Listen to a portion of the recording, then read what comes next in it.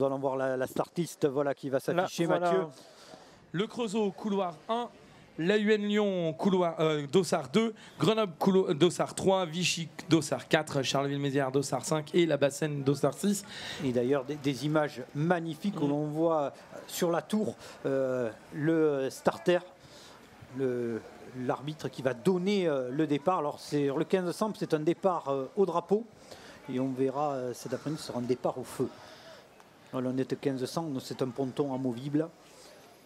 Vraiment le silence qui règne dans cette zone de départ. Alors pour l'instant, on n'est pas encore, on doit être à quoi, à 1 minute du départ. Départ prévu 12h17. Pardon, je suis sur la mauvaise page. Voilà. Mais 12h33. Les rameurs ne sont pas en position. Pour l'instant, ils sont relâchés. Voilà, on attend les ordres. Cela ne va pas tarder. Bien sûr, il y a tout un protocole, bien sûr, pour ce départ, Mathieu. Oui. Tu peux nous en dire un peu plus sur le protocole? Eh bien, on va appeler les équipages. Donc, déjà, quand on rentre dans cette zone de départ, on est sous les ordres de la ligneur. Donc, la ligneur, on ne l'entend pas. Ce sont les teneurs de bateau qui l'entendent parce qu'ils sont par liaison radio avec lui pour pouvoir bien aligner tous ces bateaux sur une seule et même ligne. Donc, tout le monde part au même niveau. Ensuite, eh bien, le starter va appeler les différents équipages, donc dans l'ordre, bien sûr. Et on va avoir différents ordres. Dès que l'appel sera terminé, nous annoncerons attention, le drapeau rouge sera levé. Et c'est bien au moment du lâcher de drapeau rouge que l'on peut partir, même si le starter va ajouter à ce mouvement le mot « partez ».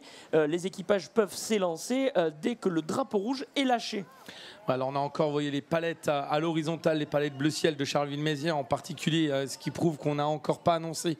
L'autre information, c'est l'égrenage des minutes jusqu'à 2 minutes où là il faut se mettre ce qu'on appelle palette au carré, palette verticale dans l'eau, prêt aux consignes de départ. C'est en train de se rapprocher de ce moment fatidique qui est de l'appel, comme tu disais, des sociétés nautiques pour eh bien, donner ce côté cérémonial où là on prend conscience du fait qu'on est en finale et qu'on nous a appelés nous dans cette finale. Ça commence à se mettre en place sur les dernières consignes du 200 barreurs masculin.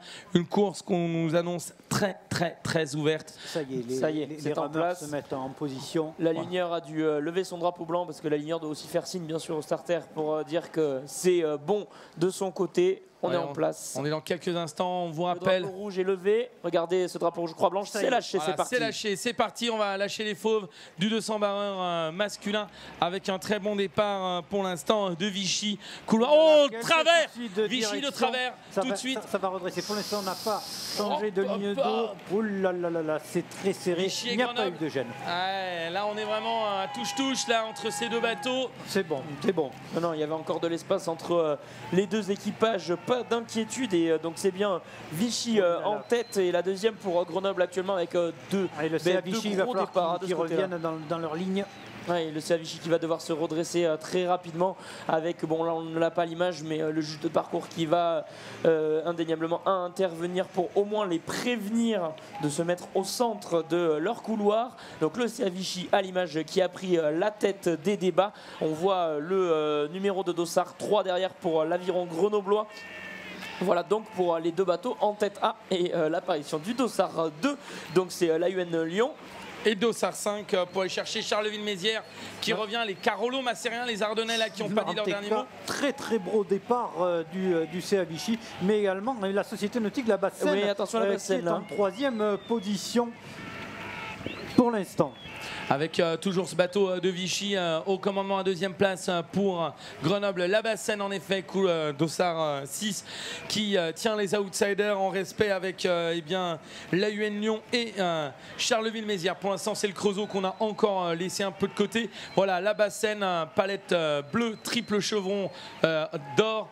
Le passage du premier 500 avec toujours Vichy là-bas en haut de votre écran au commandement. La 2e place à aller chercher pour Grenoble, la 3e pour La Bassène, mais le retour progressivement du bateau de l'AUN Lyon qui tente de refaire son retard et ensuite le duel Charleville-Mézières et le Creusot. Mais pour la tête, je pense que il va y avoir le duel CA Vichy Grenoble.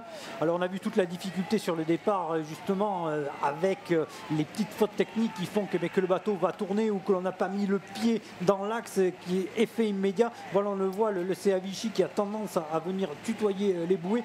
Alors on perd un peu de temps et surtout il ne faut pas venir gêner les concurrents à côté. Et messieurs, de Grenoble. Surtout on voit le resserrement sur l'arrière de course qui reviennent sur le bateau de la Bassène. Toujours voilà le Dossard 3 pour Grenoble devant Vichy. Et puis si on va élargir, voilà, on est à la mi-parcours, 750 mètres de course réalisée. On va élargir le plan avec l'AUN Lyon, ses palettes rouges, son Dossard 2. Et puis si on élargit encore le plan, on va voir les poursuivants directs qui inquiètent avec la Bassène et particulièrement les palettes bleues de Charleville-Mézières qui a repris maintenant la 4e place sur la Bassène. 6e le Creusot, mais entre la 3e et la 6e place, on est dans un magma, dans un paquet groupé. Le peloton est lancé à vive allure sur les leaders. Vichy et 2e place Grenoble, mais Grenoble n'a encore pas course gagnée pour la médaille d'argent. L'AUN Lyon et le duel Bassène et Charleville-Mézières qui reviennent sur ces 3e et 2e place, alors que devant Vichy semble avoir pris un peu le large. Oui, Vichy qui est maintenant bien en tête, on le voit. Après, ils ne sont pas encore sains et saufs, bien sûr, dans cette finale, parce que derrière, c'est la bataille entre Grenoble actuellement et l'AUN Lyon. Est-ce que derrière, la Bassène et Charleville-Mézières, légèrement en embuscade, peuvent venir s'inviter sur le podium? Eh bien, c'est toujours possible. On le voit, il n'y a pas de très gros écart entre ces différents bateaux. Le Creusot légèrement en retrait, mais rien n'est fait devant. Si c'est peut-être fait pour CA Vichy, à surveiller quand même. C'est l'AUN qui est en train de revenir en ce moment sur les rameurs de Grenoble. Là, ils sont en train de placer une accélération et de se placer en seconde position. Alors que du côté de la tête, mais c'est toujours le CA Vichy, 2e position. L'AUN qui est en train de revenir sur le CA Vichy. Nous allons rentrer dans les 250 derniers mètres de course. Dernier tiers avec toujours Vichy, la Valcade, le retour du Diable Vauvert là pour l'AUN Lyon avec Grenoble 3e. Ensuite, c'est Charleville-Mézières 4e, la Bassène et le Creusot. Mais remontez, messieurs, de l'AUN Lyon. Oui, l'AUN Lyon qui est maintenant placé en seconde position. Oui, avec le CA Vichy qui continue sa maîtrise de course dans cette grande finale du 200 barreur J16 hommes. La deuxième, l'AUN Lyon qui remonte, l'AUN Lyon qui inquiète avec Grenoble. Voilà pour peut-être ce trio de tête actuellement. L'AUN Lyon qui a passé Grenoble légèrement. On a la pointe devant. Est-ce que Vichy va réussir à maintenir? Vichy qui maintient toujours l'AUN Lyon pour la deuxième 3 du côté de Grenoble. Et derrière, c'est la grande bataille aussi. Le Creusot. Entre le Creusot qui est en train de remonter, Charleville-Mézières qui se laisse passer. Et du côté de la Bassène, on relâche. Mais devant, c'est le CA Vichy. Le CA Vichy qui maintient. Gros retour du Creusot là derrière, peut-être pour la 3e place. L'AUN Lyon la deuxième, le CA Vichy toujours en tête. CA Vichy qui continue sa route vers la victoire. Le gros retour Charleville-Mézières et le Creusot derrière. Alors pour la deuxième, c'est l'AUN Lyon 3, c'est Grenoble, ça s'est fait, mais sur un gros finish avec le Creusot et Charleville-Mézières qui sont remontés quasiment sur la 3e place. On va attendre de savoir qui prend la 4e et la 5e place. Et nous retrouverons en 6e position la Bassène. Messieurs, une arrivée, on l'avait dit, cette finale du 200 barreur, elle était ouverte, elle l'a été jusqu'au bout. Dans cette finale du 200 barreur. On attend évidemment la photo finish avec les grands acteurs, la Bassène qui prend la 6e place, mais acteur indiscutable de cette finale, Charleville-Mézières à l'écran.